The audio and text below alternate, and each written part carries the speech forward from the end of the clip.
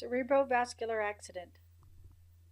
Right hemisphere affects holistic thinking, more the creative side, like personality, imagination, creativity, spatial awareness, impulsive behavior. Left hemisphere affects linear thinking, more like reading, writing, arithmetic, lists, logic. They have very slow, cautious behavior. The circle of Willis is truly one of the most important yet overlooked areas in the brain and one of the most efficiently designed systems in the human body. While it does not specifically help to think or react, but the brain could not possibly function without the circle of Willis. It is a joining area of several arteries at the bottom inferior side of the brain. At the circle of Willis, the internal carotid arteries branch into smaller arteries that supply oxygenated blood to over 80% of the cerebrum. The entire supply of blood to the brain is efficiently supplied by these arteries, and if one thinks that it is not important to have a good supply of blood to the brain, a victim of stroke will surely be able to explain otherwise, because a stroke occurs when the blood supply to the brain is temporarily interrupted. Nursing management for a respiratory system is a nursing priority. The patient is at risk for atelectasis, aspiration pneumonia, and airway obstruction. The patient may require endotracheal intubation and mechanical ventilation. The patient's airway, breathing circulation, and neurological status are monitored, and interventions are provided to maintain cerebral perfusion. So it is important to monitor the respiratory rate and results of arterial blood gases. It is important in an emergency to count respiratory rate and listen to the lung. Listening verifies air is moving. You would suction as necessary, using care to suction no longer than 10 seconds at any one time and using sterile technique. A side-lying position is done to prevent aspiration. Respiratory complications develop rapidly. Giving oxygen decreases the risk for hypoxia and high CO2, because without it, the patient would have increased cerebral ischemia and intracranial pressure. Not all patients are at risk for aspiration after a stroke, and the risk depends on the time since injury and the area of infarction. Looking at the symptoms of aspiration would be fever, dyspnea, crackles, rhonchi, fusion, and a decreased PO2. A stroke may cause cardiac dysrhythmias including bradycardia, PVCs, tachycardia, and AV block. Monitoring heart sounds for murmurs or S3, S4 heart sounds. Patient may show characteristics of ECG changes, which include a shortened PR interval, peak T waves, and a depressed ST segment. It's important to maintain accurate I's and O's, as a stroke may damage the pituitary gland, resulting in the diabetes insipidus and possibility of dehydration from greatly increased urinary output. Diabetes insipidus is decreased ADH. The urine output could be more than 300 to 600 mLs an hour, and they can quickly dehydrate. Usually you would give pitressin or DDAVP to slow it down. Neurological system, you are monitoring closely to detect changes suggesting an extension of the stroke, increase in intracranial pressure, vasospasms, and look at what are the recovery from stroke symptoms. Again, frequent monitoring of neurologic status is necessary to detect the changes. Alterations in mental status, level of consciousness, movement, strength, and reflexes indicate increased intracranial pressure and the major cause of death in the acute phase of a stroke. Treatment for symptomatic vasospasms would include having the patient more hypertensive with systolic around 160, hypervolemia, and hemodilution. Urinary system. In the acute stage, poor bladder control results in incontinence. Efforts should be made to promote normal bladder function and avoid the use of indwelling catheters. Assess the patient, though, for urinary frequency, urgency, incontinence, nocturia, and voiding small amounts. In addition, assess the patient's ability to respond to the need to void and use a call light or bedside commode, bedpan, bathroom privilege. Do not consider taking a patient to the bathroom that they would be at risk to fall. The goal is that you as a nurse would be with the patient to help prevent a fall, but going to the bathroom every 2 hours promotes independence. If the urine matches 1, 2, and 3 on the slide on the chart, then the patient is well hydrated. If the urine is 7 or 8, then the patient is dehydrated and may need more fluids. Gastrointestinal system. Stress of illness contributes to a catabolic state that can interfere with recovery. Constipation is the most common bowel problem. and patients may be placed on stool softeners or fiber prophylactically. Physical activity promotes bowel function, and it's important to increase fluids, fiber, and activity to stimulate intestinal motility. Establishing a regular daily time for bowel movements in the upright position and in privacy promotes normal bowel elimination. Stool softeners help prevent the formation of hard stool that is more difficult to expel. Straining at stool earth with excessive coughing, vomiting, lifting, or use of arms to change position should be avoided because of the Valsalva maneuver increases ICP. Nutrition. Nutritional needs require quick assessment and treatment. The first feeding should be approached carefully.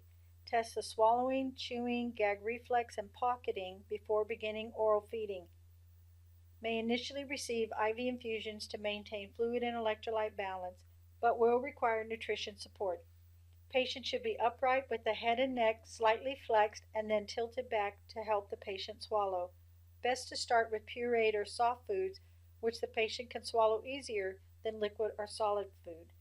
An example would be scrambled eggs, mac and cheese, stews, mashed potatoes, creamy soups, pudding, applesauce, hot cereals, milkshakes, cottage cheese, bananas. Using the unaffected side of the mouth helps prevent food from collecting in the mouth and makes swallowing safer. Feedings must be followed by good oral hygiene and need to assess the patient's diet to ensure adequate nutrition. Be sure to assess the total intake. Feeding a patient with partial paralysis of the tongue, mouth, and throat requires patience and care for prevention of choking and aspiration. Many would fear choking and are embarrassed and frustrated by eating difficulties. If they cannot swallow at all, then a tube feeding may be used. Inability to feed oneself can be frustrating and may result in malnutrition and dehydration. Immobility. Many patients will have muscle spasms, and Valium and baclofen would work well. After a stroke, patient is at risk for a DVT, deep vein thrombosis. And related to immobility, there's a loss of venous tone and decreased muscle pumping in the leg. The most effective prevention is keeping the patient moving. Turning on a regular basis can decrease potential skin breakdown and decrease dependent edema in hands and feet and lessen the risk of complications resulting from immobility. Also, patients are prone to development of deep vein thrombosis, so active range of motion exercise are good prevention as well as improve muscle strength endurance and help to maintain cardiopulmonary function. Passive range of motions do not strengthen muscles, but do help maintain joint flexibility. Anticoagulants may be prescribed if the patient is going for surgery, and this may include heparin, warfarin, or Xarelto, and sequestration compression devices to compress the legs and keep blood flowing through the veins. Be sure to get the patient up and move as soon as ordered. Provide pain medication as prescribed would make it easier to move around. One more thing about the anticoagulants, of course, this would be when they do not have a hemorrhagic stroke. Integumentary system. Pressure relief by position changes, special mattresses, or wheelchair cushions are helpful. Good skin hygiene. Emollients applied to dry skin and early mobility. Position the patient on the weak or paralyzed side for only 30 minutes, and the skin must be assessed at least every 2 hours.